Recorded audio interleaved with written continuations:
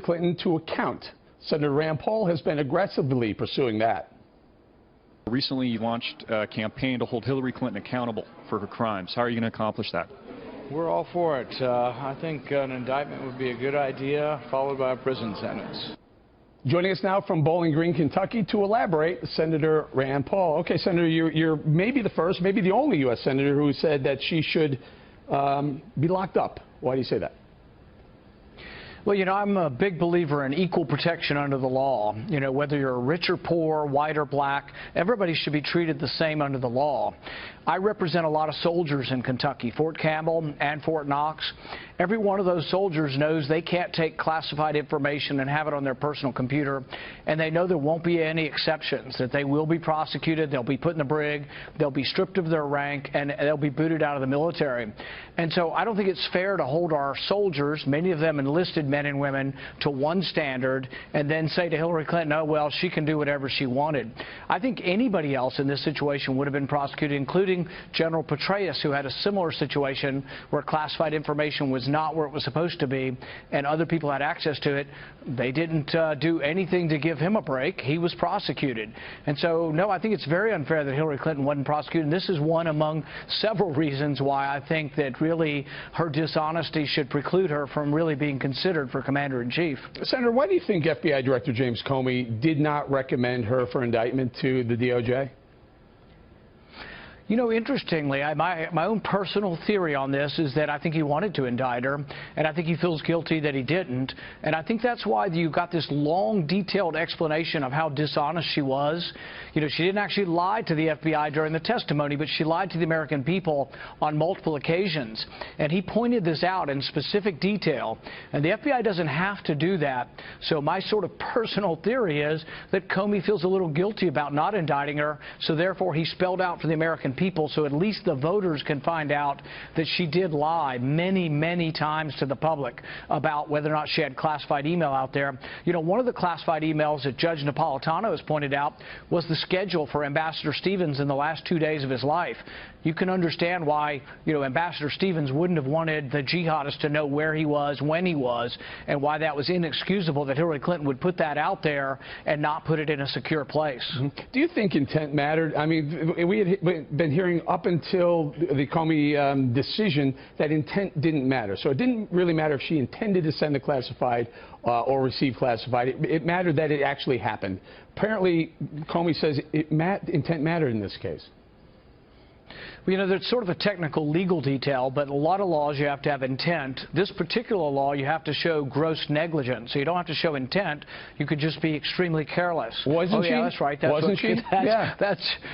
That's exactly what Comey said she was, extremely careless. And so for many of us who aren't lawyers but do believe that words mean something, how is extremely careless different than grossly negligent? So, yes, I think she did violate the statute. But more importantly, she showed that her convenience was more important than national security, and that to me is inexcusable and goes to a great deal of her judgments that I think show her not fit to be president. Well, you know, you say the term is above the law. Is she above the law?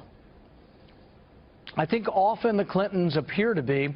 For example, Bill Clinton made millions of dollars giving speeches that had business before the Secretary of State.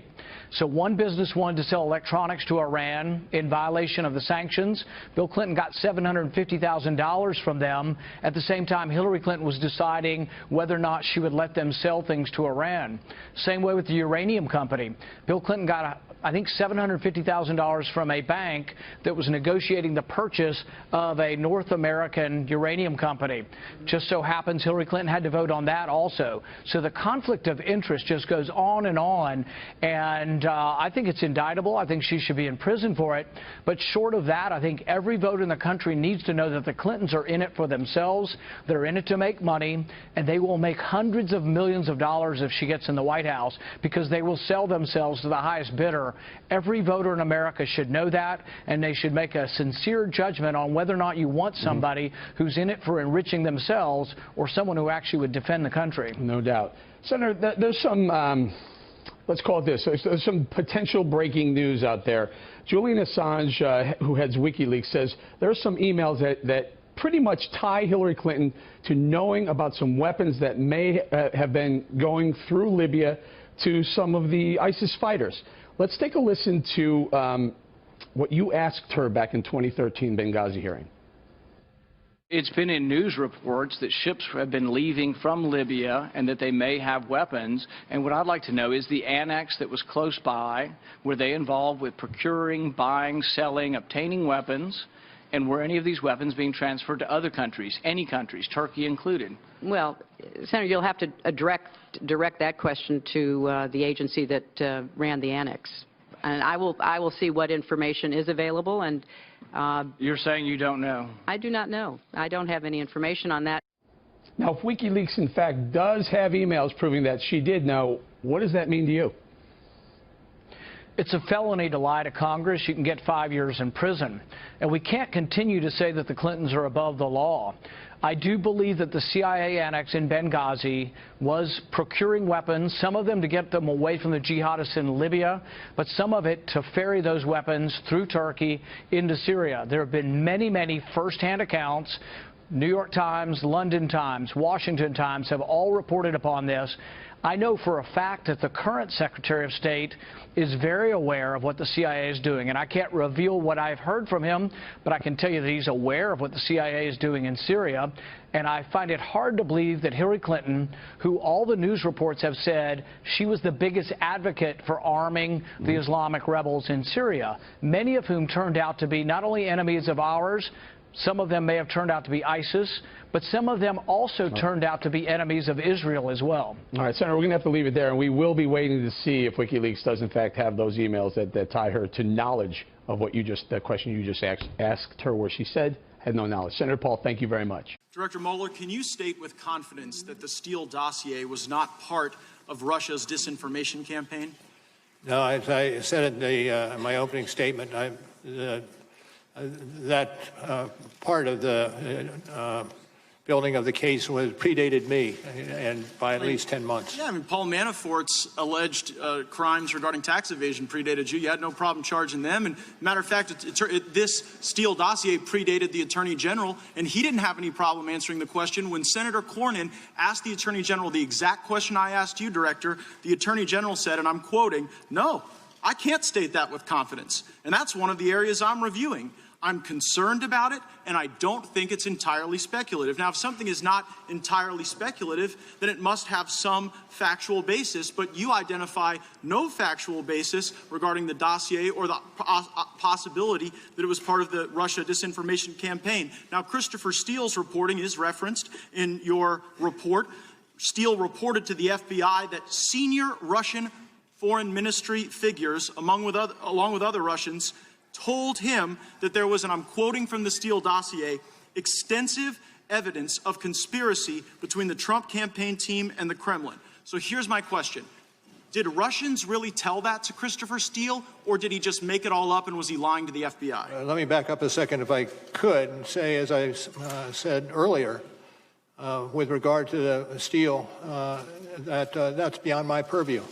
No, it is exactly your purview, Director Mueller, and here's why. Only one of two things is possible, right?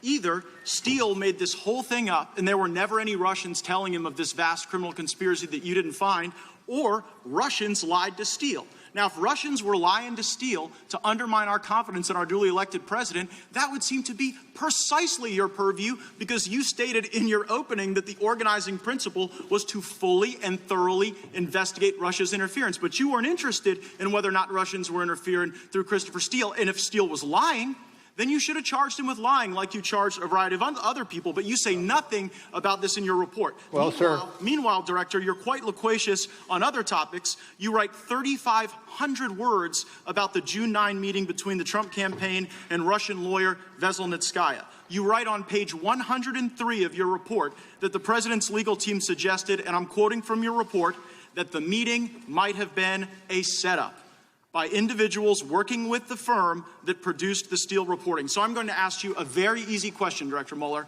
On the week of June 9, who did Russian lawyer Veselnitskaya meet with more frequently?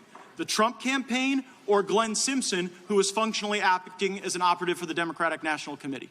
Well, what I think is missing here is the fact that this is under investigation elsewhere in the Justice Department. And if I can finish, sir, and consequently it's not within my purview, Department of Justice and FBI should be responsive to questions on this particular issue. It is absurd to suggest that a operative for the Democrats was meeting with this Russian lawyer the day before and the day after the Trump Tower meeting, and yet that's not something you referenced. Now, Glenn Simpson testified under oath he had dinner with Veselnitskaya the day before and the day after this meeting with the Trump team. Do you have any basis, as you sit here today, to believe that Steele was lying? As I said before, and I'll say again, it's not my purview. Others are investigating what you So it's not your purview to look into whether or not Steele's lying. It's not your purview to look into whether or not anti-Trump Russians are lying to Steele. And it's not your purview to look at whether or not Glenn Simpson was meeting with the Russians the day before and the day after you write 3,500 words about the Trump campaign meeting. So I'm wondering how these decisions are guided. I look at the Inspector General's report. I'm citing from page 404 of the Inspector General's report. It states, Page stated, Trump's not ever going to be president, right? Right. Strzok replied, no, he's not. We'll stop it. Also in the Inspector General's report, there's someone identified as attorney number 2. Attorney number 2, this is page 419, replied, hell no, and then added, viva la resistance. Attorney number 2 in the Inspector General's report and Strzok both worked on your team, didn't they? Pardon me? Can you ask? They both worked on your team, didn't they? I know. I heard Strzok. Who else were you talking about? Attorney number 2 identified in the Inspector General's report. Okay. And the question was? Did he work for you? The guy who said viva la resistance. Peter Strzok worked for me for a period of time, yes. Yeah, but so did the other guy that said viva la resistance. And here's what I'm kind of noticing, Director Mueller. When people associated with Trump lied, you threw the book at them. When Christopher Steele lied, nothing. And so it seems to be that when Glenn Simpson met with Russians, nothing. When the Trump campaign met with Russians, 3,500 words. And maybe the reason why there are this discrepancies in what you focused on is because the team was so biased. Time of the gentleman has expired. Pledged to stop Trump.